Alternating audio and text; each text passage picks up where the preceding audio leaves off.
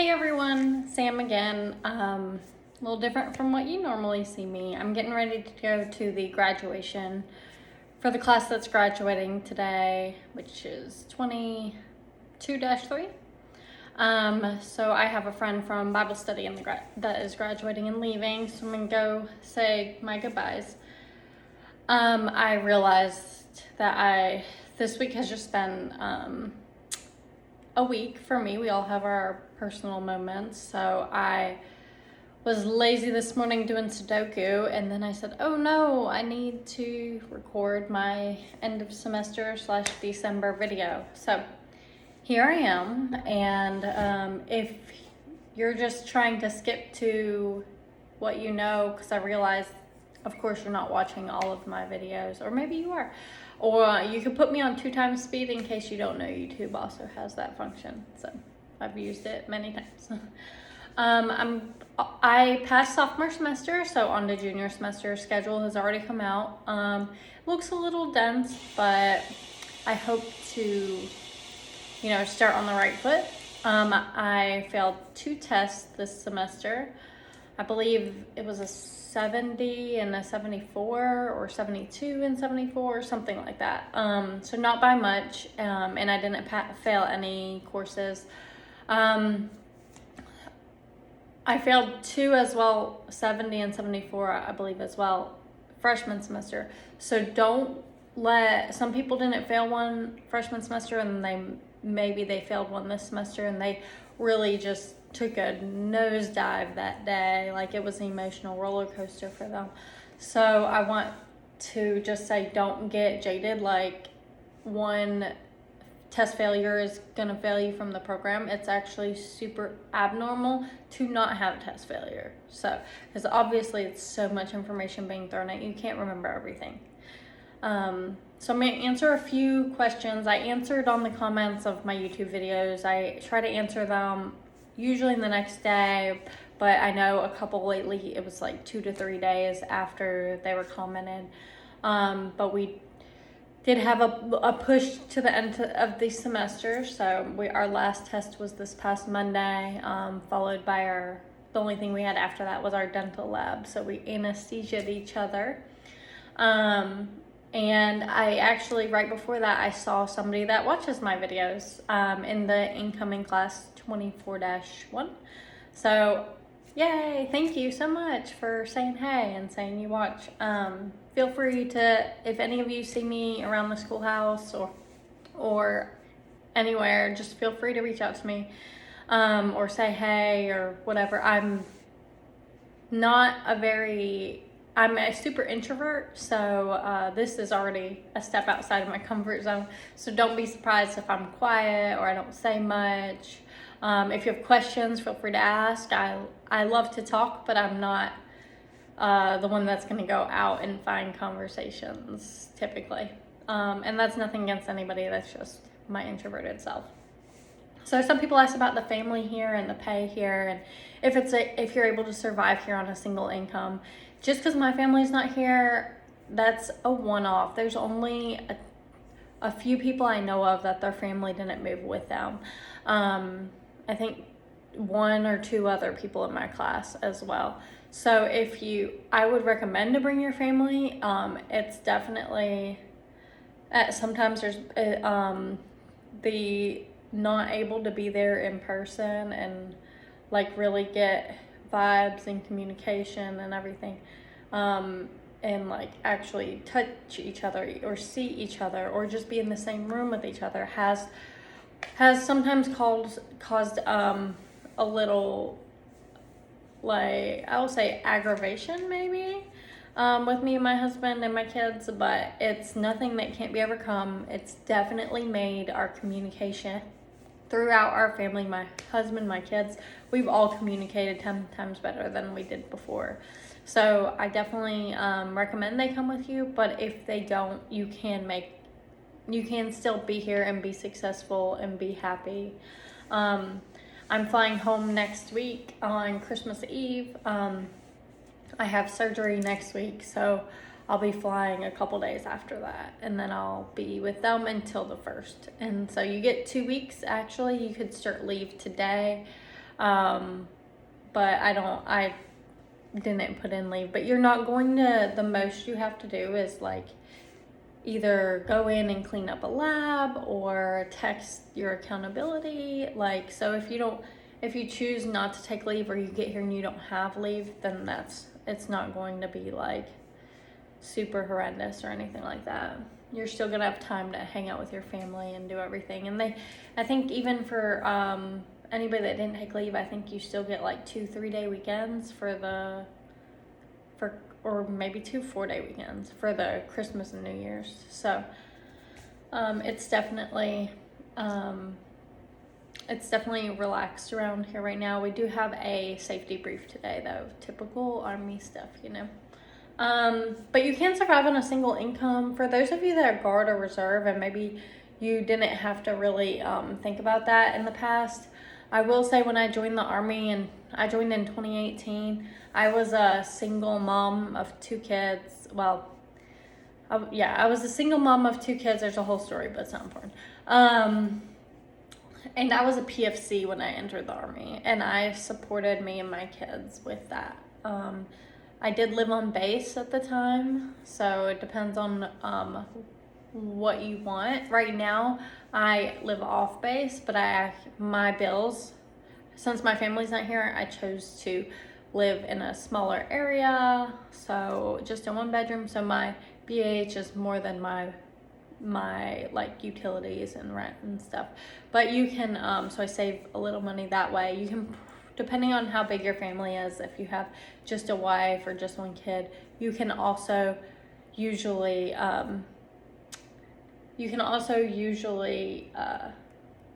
sorry, I had a message pop up.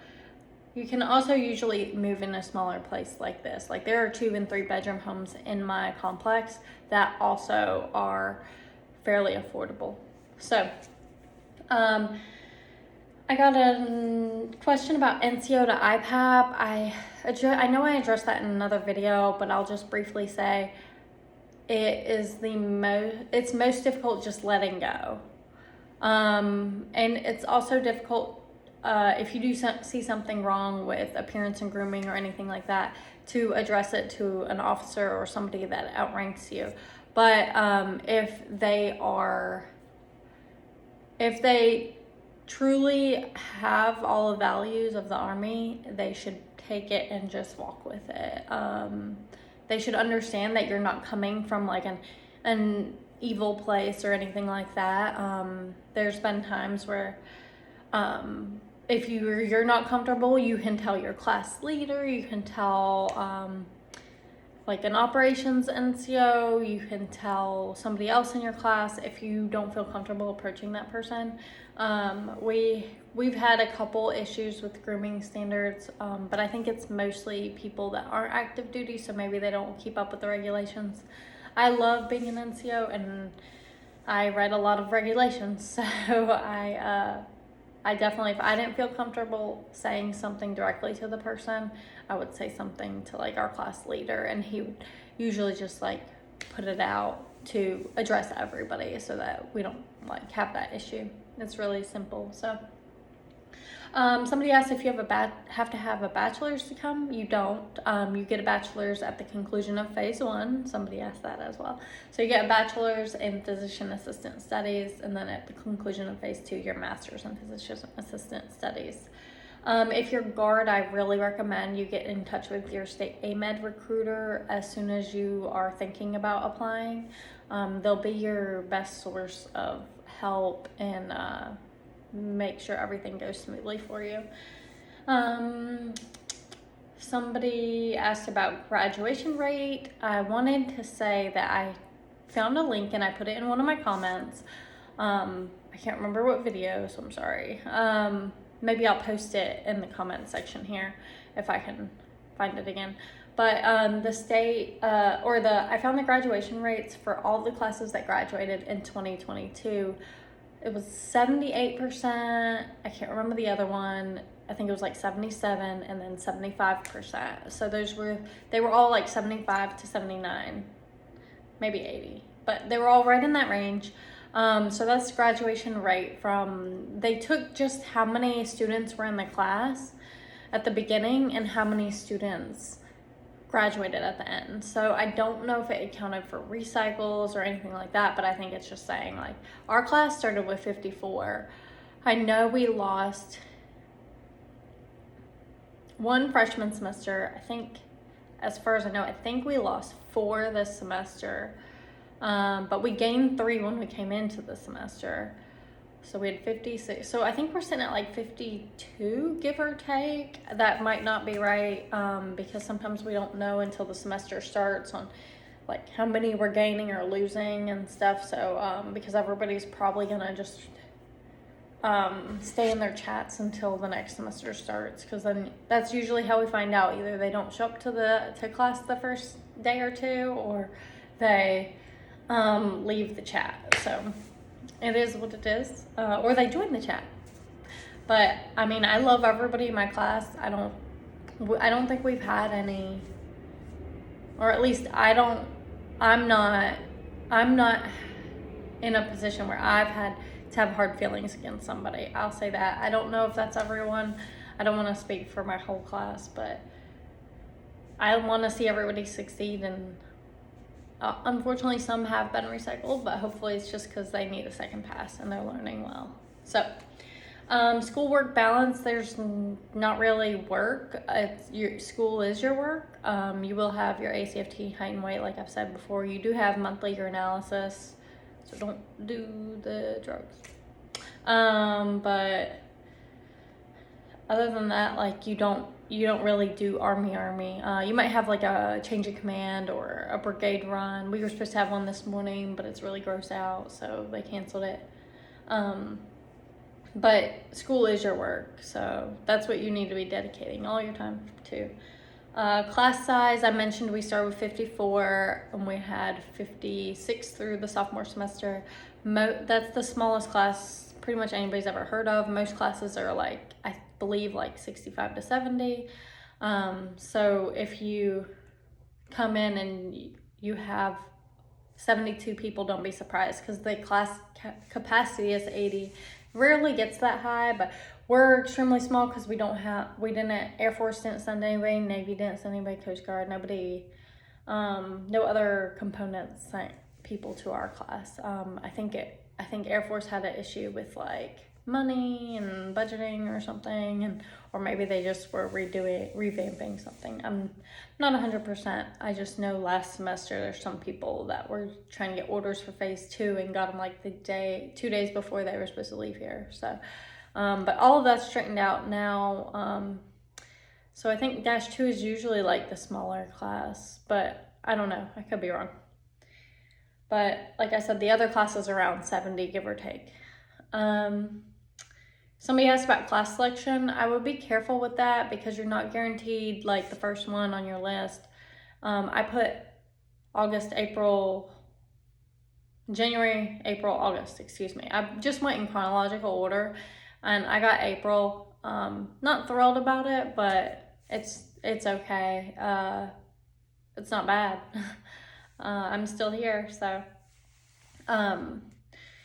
Some people like really want to PCS like before the break, or like before HBL, after HBL, or like not in the middle of the school year.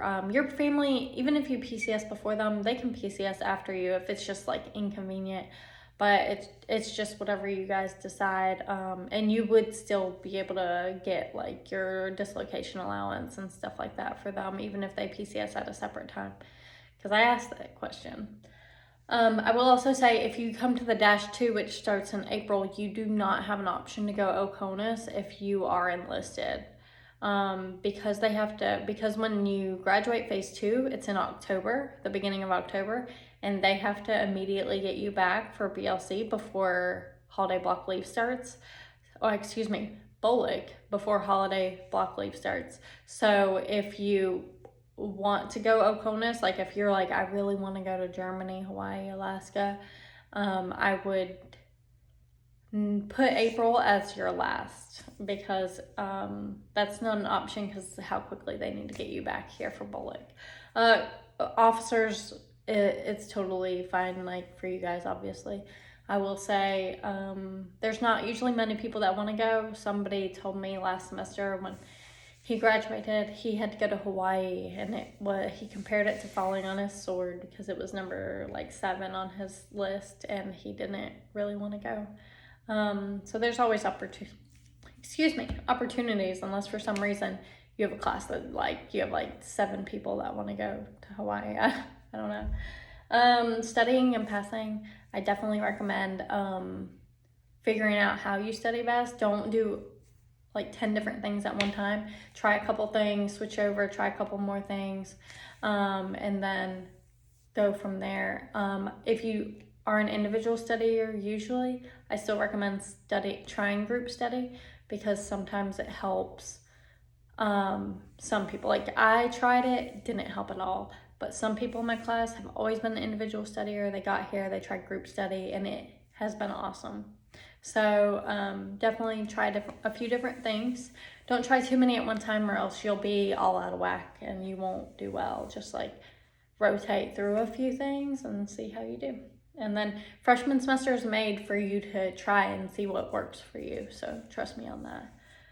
And then for passing, just continue to go through the slides. Everything that is going to be on the test is on the slides typically.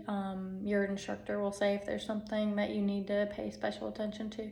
Like some of them will say the notes on the PowerPoint slides are also testable, but that's totally, I think I only had like one question that came from notes the whole time. And then, and I think they even like gave it back or something. I can't remember, but I wouldn't stress too much about like how to pass at the moment. You just gotta get here first and then start figuring out how to study, and you'll kind of find your own rhythm of how to pass. So like I said, don't fret when you fail a test either. And then I'm always around, so if you need something, reach out.